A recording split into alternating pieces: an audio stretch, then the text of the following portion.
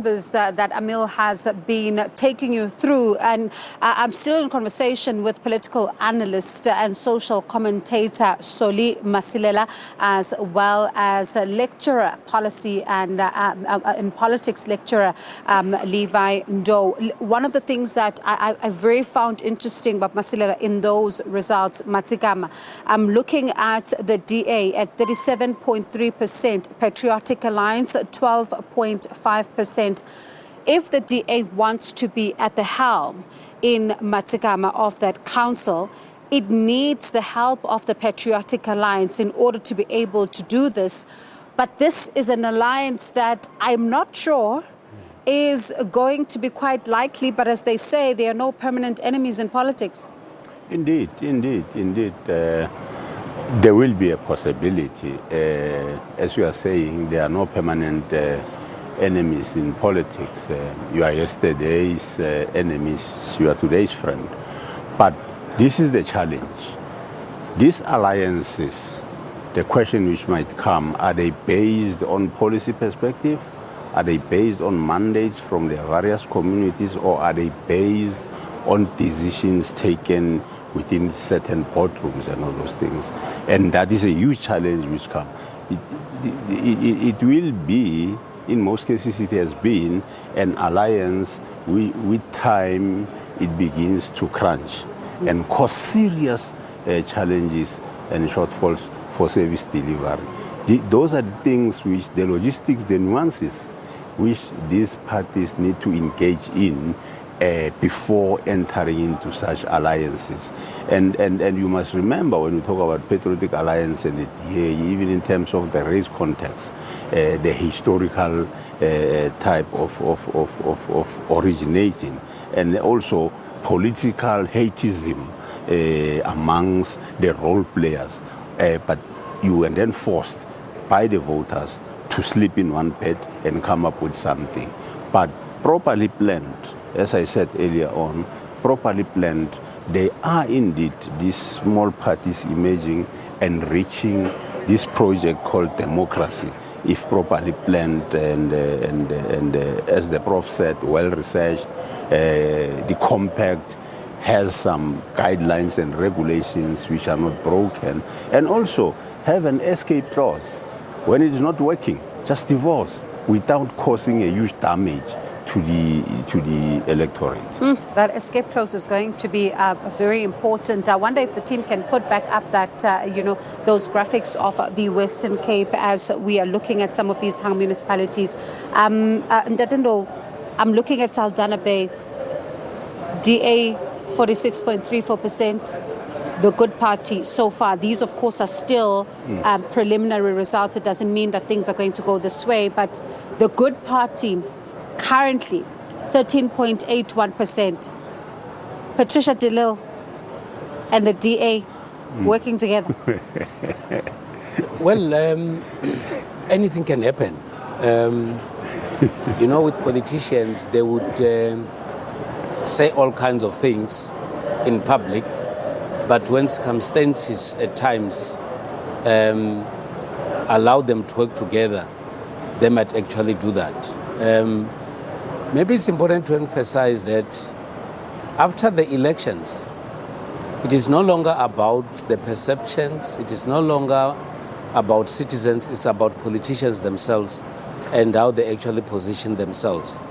There's something that we always forget, that when we participate in the elections, it is done in order to position politicians in the positions of power.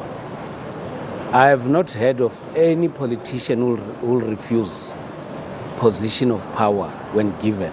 Hence, they are contesting because they want power. Now, anything can happen. Whoever expected the EFF to work with the DA or to vote with the DA, it has actually happened because politicians will love to position themselves. As long as they are comfortable, that is exactly what they want. So anything can still happen. There is also a talk about the ANC DA alliance in some municipalities. So as long as coalitions are not based on an ideology, they are not based on a founded principle. They are also focusing on positions, as I've already indicated. Anything is actually going to be possible. But there's another aspect that has been indicated by my colleague, Mr. Masilela, that there seemed to be a general consensus among some political parties that as long as we are able to isolate the ANC, then we can then be able to come with a coalition. So there seemed to be a common enemy in the establishment of the coalitions, is to isolate the ANC, and in some metros, there is also a talk that we should isolate the ANC and isolate the EFF. So it is a new grouping that is actually emerging that says, let's make sure that the ANC is not available, and then we can still be able to work together. And that is what we're actually going to see as the biggest possibility. But the dynamics in some municipalities might then make it difficult for some parties to only isolate the ANC, because the ANC can still be able to negotiate with other smaller parties and leave those that have declared that they're not going to work with the ANC, leave them out of the arrangement, and then they actually work with the smaller parties. It sounds, though, like some of what the political parties were not able to achieve in the election itself can then be achieved in these coalition arrangements. Indeed, it can be achieved. Political parties that could not get a majority can still play a very influential role in the municipalities if they are participating in a coalition with other bigger parties, or with the parties that got a huge chunk of the votes. And what will this mean then? It will mean that the parties that were not voted in by ordinary citizens would then be in charge of decision making in some of the municipalities. And then it takes us back to the question of the mandate. Which party then is supposed to have the mandate or a bigger voice in terms of running the activities of the municipality? And based on the establishment of the coalition, then the possibility is that smaller parties or some independents or parties that have got very few seats might then have a bigger voice and the determination on who is supposed to be in charge of the municipality. Whilst the party that might have got a fair number of votes in the election might actually have to occupy the back seat. One of the things that was very clear in the lead up to the election is that the smaller parties as well as the independent candidates came under attack, if I can use that word cautiously. You had the DA really launching an onslaught here, saying that you can't be voting for smaller parties if you want change, and the smaller parties and the independent candidates coming out to say, but we can effect the change. That's, of course, leading to questions of, if you're alone in council, really what kind of change can you be able to make? There's a bit of silence now when it comes to independent candidates, especially on how they've done thus far. When you look at, the board and you're looking at independents, in your assessment, Masilela, do you think this was a fight that was worth it for them? Politically, you would say yes, it was a fight that was worth for them. You must remember that any emergence of any new role player at local government level in terms of elections is going to weaken these bigger parties, as it has done. It has demonstrated that these independents and these smaller community parties are able to eat into the voter base of these bigger parties. But when coming to the internal mechanisms of a municipality in terms of them as independent, having an influence in terms of directing issues, you must remember that their coming into the fold was born as a result of the failure to implement the very same IDP we spoke about. As an independent, then you need to place yourself internally, strategically, because remember that decisions are taken at caucus, at municipal level. But when they converge within the municipality, that's why these ones which are saying that they won't work or vote with the ANC, I think they are committing a serious political mistakes, because you will be finding yourself in a situation where at times, if, for example, the ANC has got a good intention in terms of policy implementation, and you are an independent, why are you not supporting that? The interest is how are you bettering the lives of the people. It's not self-interested introspectively in terms of saying my ego as a political party. This is the dilemma at local level. Political parties and some role players are more concerned about themselves, which is something which angered the voters to an extent of them not going to vote. But the other thing, the issue of Saldanha Bay brings a very interesting picture, as you picked up. Given that the history of Patricia de Lille with the Democratic Alliance, now they are in one basket. And seemingly, the only sensible kingmaker when coming to that municipality is the good party. Now, you've got two options. Cooperate with the Democratic Alliance as a good party, or all role players agree that we go for re-elections. Which one is which? And what are the implications of those particular decisions we are taking? And also, the ANC played a very critical role in terms of diffusing that situation. I don't see Patricia de Lille being the minister in Cyril Ramaphosa's cabinet, consciously agreeing to work with the DA. It's an interesting aspect which I want to observe as it pans out. How is it going to roll out? It's going to be interesting. And one of the things that I really cannot help but ask about is this issue of some of the, the list crisis that became a headache for the ANC in various municipalities. You looked at Tshwane, you looked at KwaZulu-Natal, you looked at the Northwest, Bladeville. There was a lot of anger around the issues of the list and the community saying, you asked us to vote for our own people, and now they're not appearing on the list. In fact, they've now been replaced by other people that we didn't vote for. And then the party saying, we will remove the names of those that are not were not elected or put there by the communities. The elections are going to come to a close. We'll get the results very soon. And do you get a sense that they'll make good on this promise? Because this promise has got some serious implications.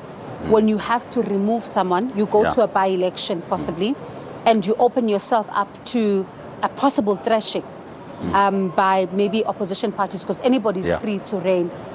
Do you get a sense that the ANC might make good on this promise?